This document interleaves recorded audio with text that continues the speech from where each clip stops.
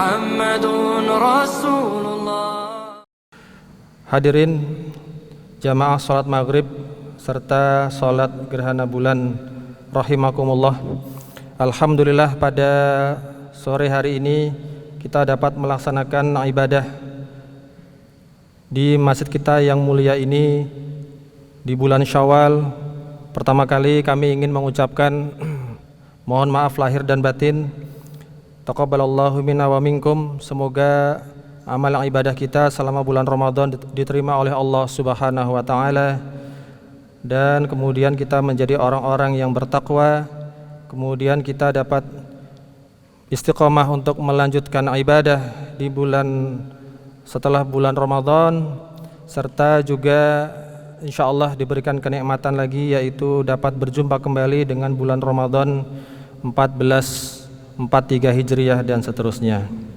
Kemudian salawat serta salam semoga senantiasa terlimpahkan kepada uswah hasanah kita Rasulullah Muhammad sallallahu alaihi wasallam, dan juga kepada para keluarga, sahabat, dan semoga kita semua para umatnya insyaallah akan mendapatkan syafaat fil yaumil akhir. Amin ya rabbal alamin. Alhamdulillah pada malam hari ini kita dapat melaksanakan salah satu sunnah, yaitu salat gerhana bulan. Pada kesempatan yang lalu, beberapa tahun yang lalu, kita juga melaksanakan salat gerhana matahari, dan sesungguhnya gerhana bulan dan gerhana matahari adalah merupakan tanda-tanda kekuasaan Allah Subhanahu wa taala. Sebagaimana sabda Nabi kita Muhammad sallallahu alaihi wasallam yang sudah saya bacakan tadi, yang artinya bahwa sesungguhnya matahari dan bulan itu adalah ayatan min ayatillah, adalah dua ayat, dua tanda dari tanda-tanda Allah, tanda-tanda kekuasaan Allah. Maka kemudian tidaklah keduanya itu mengalami gerhana, la yakhsifani, itu disebabkan karena kematian seseorang atau karena hidupnya seseorang. Tidak karena matinya Ibrahim bin Muhammad atau juga karena hidupnya orang lain, tapi adalah karena tanda-tanda kekuasaan Allah Subhanahu wa taala. Dan kemudian kalau kita menjumpai gerhana bulan maupun gerhana matahari, maka kita dianjurkan, disunahkan, diperintahkan untuk berdoa kepada Allah Subhanahu wa taala, bertakbir, kemudian melakukan salat serta banyak-banyak bersedekah. Hadirin jamaah salat di Masjid Kampus UGM yang berbahagia, mengapa ini dikatakan sebagai tanda-tanda kekuasaan Allah? Karena peristiwa gerhana ini melibatkan tiga buah benda langit yang besar. Yang pertama adalah bumi, di mana tempat kita tinggal. Yang kedua adalah matahari yang begitu besar, yang ukurannya berpuluh-puluh kali lebih besar daripada bumi. Sedangkan yang ketiga adalah bulan, yang ukurannya lebih kecil daripada bumi. Namun ternyata atas takdir Allah Subhanahu wa taala, posisi matahari dan bulan itu ditempatkan sedemikian rupa sehingga ukurannya itu sama ya. Kalau kita lihat pada saat matahari ada di atas langit, kemudian juga bulan misalkan pada saat purnama, itu kira-kira bentuknya, ukurannya hampir sama ya. Kira-kira diameternya sekitar setengah derajat ya. Nah, itu ditempatkan sedemikian rupa sehingga bisa suatu saat terjadi kondisi di mana ketika matahari, kemudian bulan dan bumi berada pada satu garis lurus, dan cahaya matahari yang terkena bulan itu menutupi sebagian permukaan bumi, maka terjadilah gerhana matahari. Dan sebaliknya juga ketika matahari, bumi dan bulan berada pada satu garis lurus dan kemudian bayangan bumi itu terkena pada bulan, maka kemudian terjadi gerhana bulan. Nah, di sini ada perbedaan antara kedua jenis gerhana, barangkali bisa saya sebutkan sedikit. Kalau gerhana matahari pada siang hari, gerhana bulan pada malam hari. Kalau gerhana matahari itu pada fase bulan, awal bulan atau new moon, bulan baru. Sedangkan kalau pada gerhana bulan terjadi selalu pada fase full moon, bulan penuh atau bulan purnama. Kemudian kalau gerhana matahari itu pengamat yang berbeda akan menjumpai fase yang berbeda pada waktu yang berbeda. Tapi kalau gerhana bulan, pengamat yang berbeda akan menjumpai fase bulan pada waktu yang sama ya.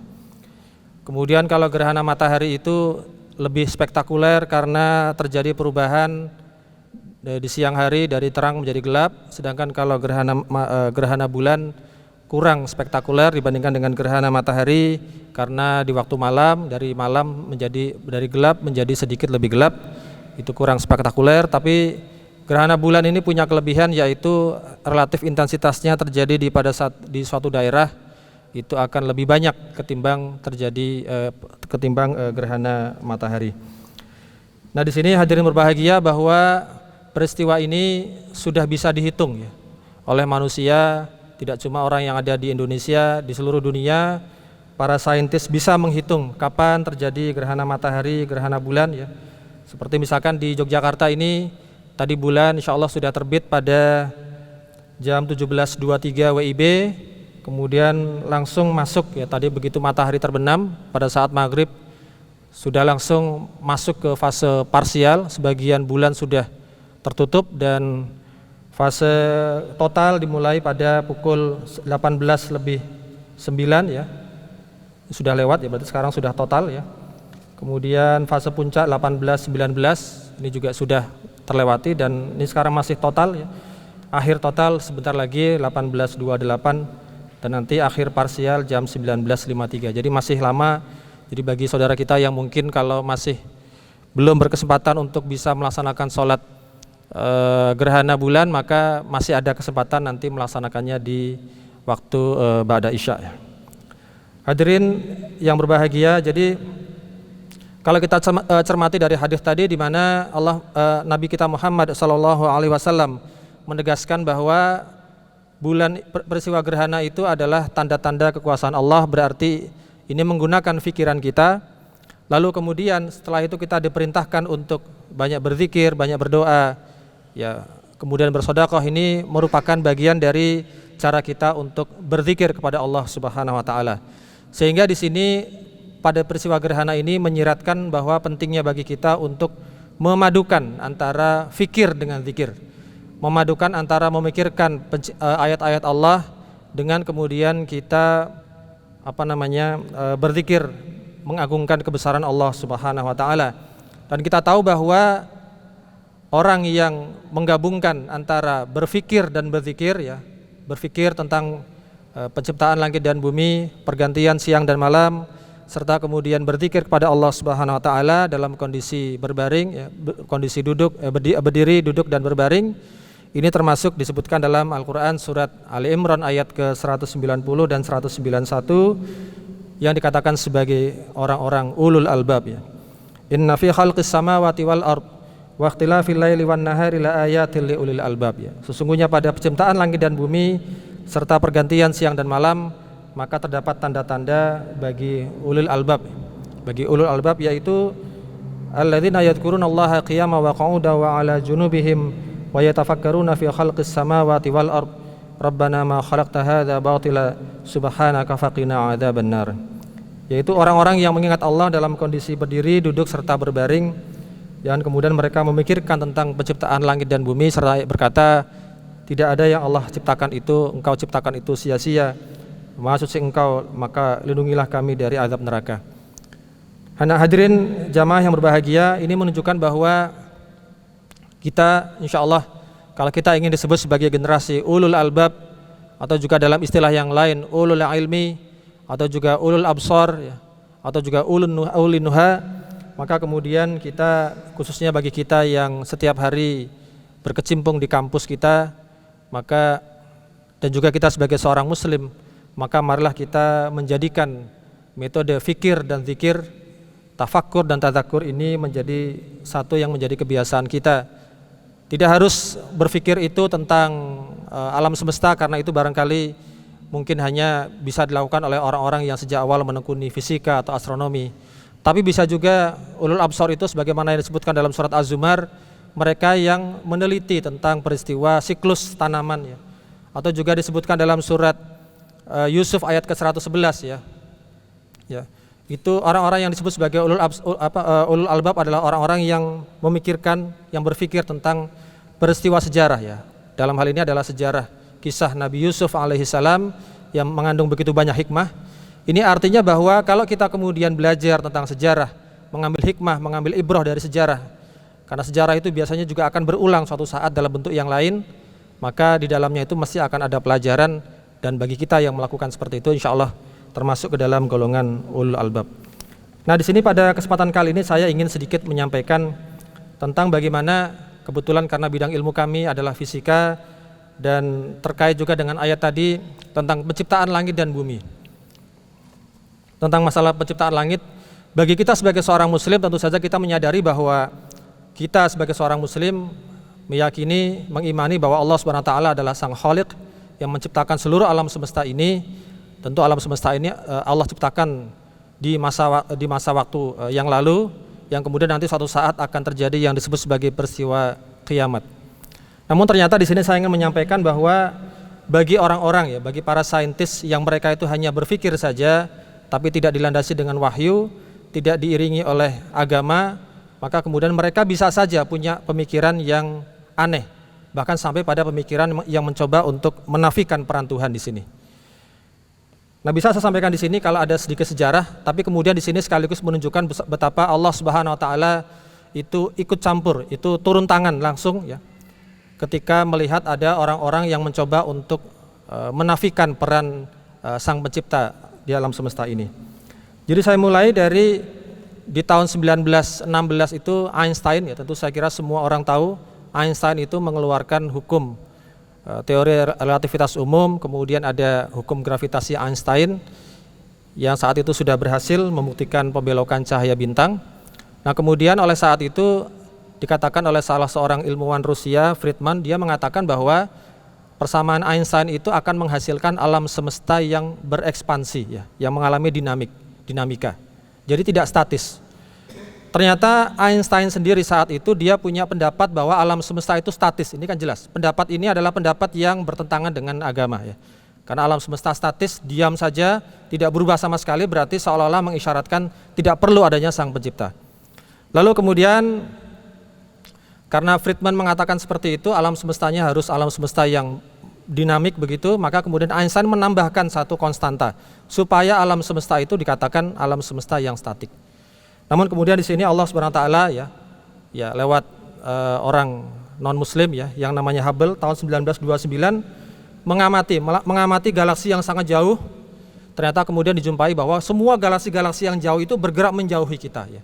Semua bergerak menjauhi kita sehingga alam semesta tidak bisa lagi dikatakan sebagai alam semesta yang statik.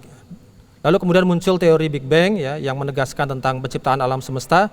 Namun ternyata dari teori Big Bang ini muncul lagi teori tandingan, ya. Teori tandingan oleh Fred Hoyle, ya, teori steady state, yang kemudian berikutnya datang lagi bukti yang menunjukkan, yang menguatkan tentang teori Big Bang bahwa alam semesta itu diciptakan, yang ditemukan oleh Penzias dan Wilson tahun 1964. Jadi ketika dulu sekian miliar tahun yang lalu terjadi Big Bang, ledakan besar, penciptaan alam semesta, maka kemudian sisa-sisa ledakannya itu masih bisa ada, ya, sisa-sisa radiasinya masih bisa dideteksi sampai sekarang ini, yang kemudian diamati oleh Penzias dan Wilson, dan kemudian keduanya mendapatkan hadiah Nobel.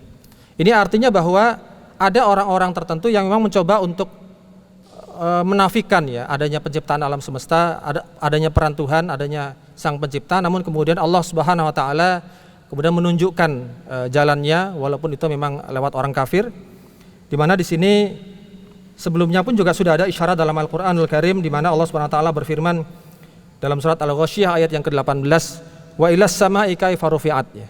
Dan tidaklah kamu perhatikan bagaimana langit itu ditinggikan, ya. Artinya langit itu tidak statis tapi ditinggikan, diluaskan, dibesarkan. Juga dalam surat Adz-Dzariyat ayat ke-47, was-samaa'a banainaha bi'aidi wa inna lamusi'un. Dan langit itu kami bangun dengan tangan kami, dengan kekuasaan kami, kalau ditakwil, dan kami benar-benar meluaskannya. Artinya langit itu tidak statis tapi memang berekspansi, dan ini sungguhnya adalah merupakan salah satu tanda-tanda kebesaran Allah, yang di mana Allah Subhanahu wa taala juga sudah berjanji dalam surat Fussilat ayat yang ke-53, sanurihim ayatina fil afaqi wa fi anfusihim hatta yatabayyana lahum annahul haq.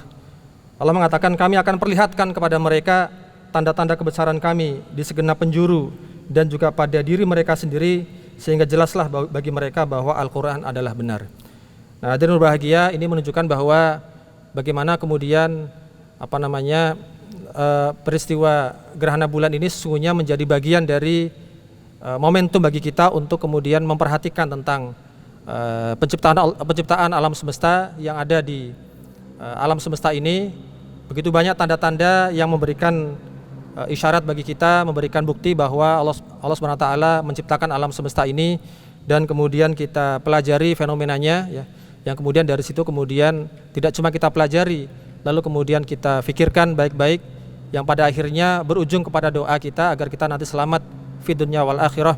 Rabbana ma khalaqta hadza batila subhanaka faqina adzabannar. Jadi ujung-ujungnya adalah bagaimana kita melakukan pengagungan pada Allah Subhanahu wa taala, Maha Suci Allah, dan kemudian meminta kepada Allah agar kita dijauhkan dari api neraka. Amin ya rabbal alamin.